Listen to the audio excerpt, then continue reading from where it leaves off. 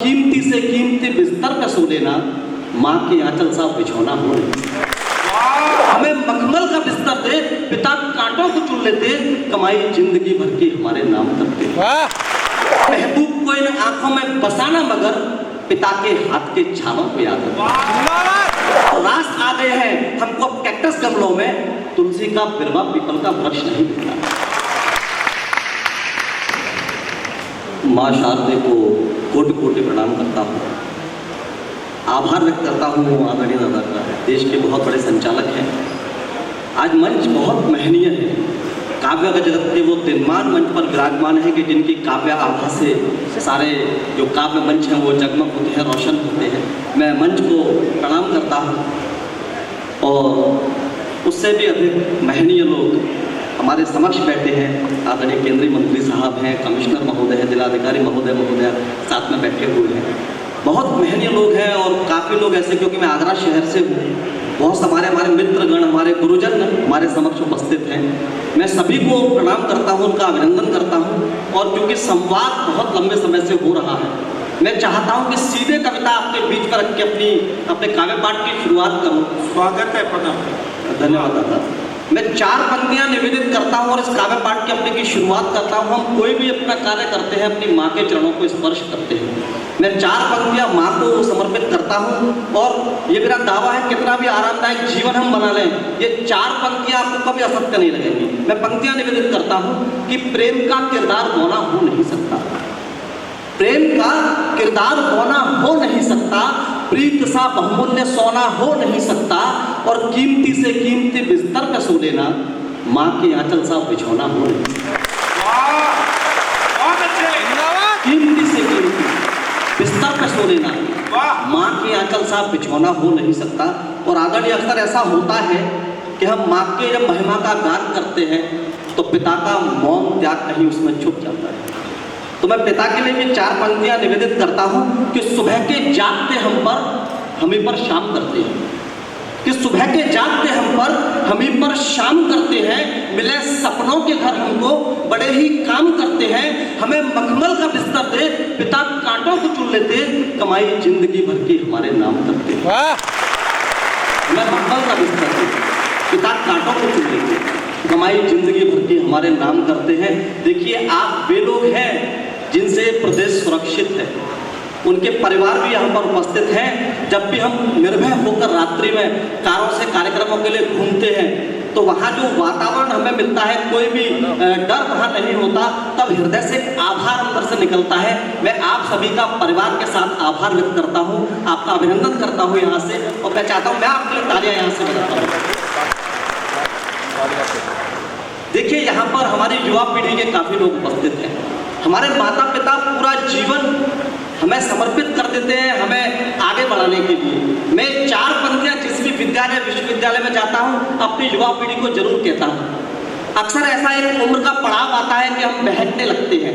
जब भी आप कभी बहको तो ये 4 पंक्तियां अपने हृदय में रखिएगा कि दमकते रेशमी बालों को याद रखना, दमकते रेशमी बालों को याद रखना, सुर्ख गुलाबी गालों को याद रखना।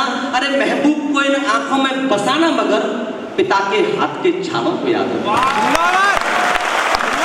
महबूब को इन आंखों में बसाना, महबूब को इन आंखों में बसाना, मगर पिता के हाथ के छालों को याद रखना। कह रहे थे कि अक्सर कभी लोग हास परिहास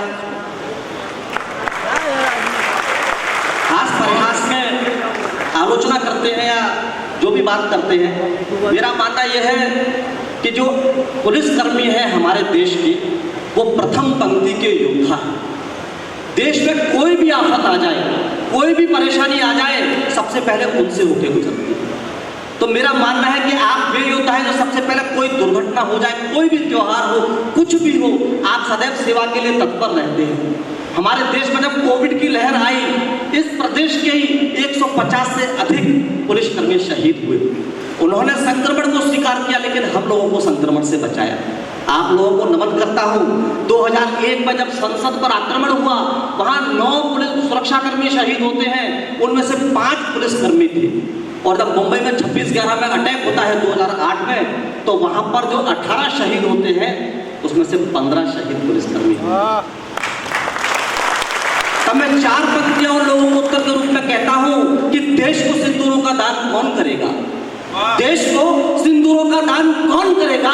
अपने सपनों का अनुदान कौन करेगा? और वर्दी की कुर्बानी पे अगर प्रश्न उठाए, देश पे लालों को बलिदान कौन करेगा? कहां से तुकाराम ओमले, हेमंत करकरे जिन्होंने अपने सिरे पर गोलियां लाई, वो आप लोगों से आते हैं। तो मैं आपको पुनः यहाँ से आभार व्यक्त करता हूँ। मेरा सौभाग्य है कि मुझे सभी की ओर से आपको आभार करने का अवसर यहाँ पर मिला है। बहुत अच्छे से आप लोग कविता सुन रहे हैं, और चूंकि मैं पहले क्रम में यहाँ पर आया तो मुझे लग रहा था, लेकिन आप पूरी मनोस्थिति से यहाँ पर उपस्थित हैं। देखिए, एक कमी हमारे समाज में हुई है। मैं ओज का कवि हूँ और दिनकर की, क्योंकि बड़ा ही पावन अवसर है, दिनकर जी को समर्पित ये कार्यक्रम है, तो बहुत ही पावन समय आज का है। मैं 4 पंक्तियां आपके बीच में निवेदित करता हूँ। एक कमी ऐसी हमको दिखाई देती है समाज के अंदर, जिसको मैं आपके बीच में रखता हूँ कि बिखरे रिश्तों को जोड़े वो अक्ष नहीं मिलता। आप तो सीधे सीधे, हम तो केवल टीवी पर देखते हैं समाचार, आप तो समाचारों का भाग रहते हैं, आप बेहतर समझ सकते हैं। जो कमी मैं आपके बीच में रखना चाहता हूँ, आपको लगे कि मैंने सही कहा है तो मुझे आशीर्वाद दीजिएगा कि बिखरे रिश्तों को जोड़े को अक्ष नहीं मिलता, सच को धारण करने वाला पक्ष नहीं मिलता, और रास आ गए हैं हमको कैक्टस गमलों में, तुलसी का बिरवा पीपल का वृक्ष नहीं मिलता। रास आ गए हैं हमको कैक्टस गमलों में, तुलसी का बिरवा पीपल का वृक्ष नहीं मिलता। और आदरणीय अक्सर लोग कह देते हैं कि कविता होती है कल्पनाधर विचारों का तालमेल कविता। मैं कहता हूं कविता ऐसे नहीं होती, कविता करुणा से होती है। इस सृष्टि की पहली कविता करुणा से पैदा हुई। एक ऐसी घटना मेरे जीवन में घटी जिसने 4 पंक्तियां मेरे हृदय में दी। तो मैं एक वृद्धाश्रम में काव्य पाठ कर रहा था।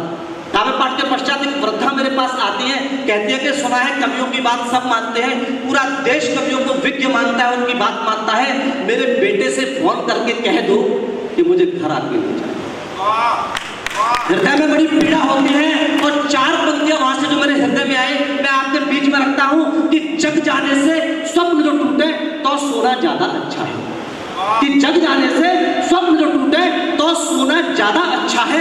दिल जब भी भारी हो जाए तो रोना ज्यादा अच्छा है। और जिनके करके माता पिता की आंखों में आंसू आ जाए, ऐसे बच्चों के होने से ना होना, ऐसे बच्चों के होने से ना होना ज्यादा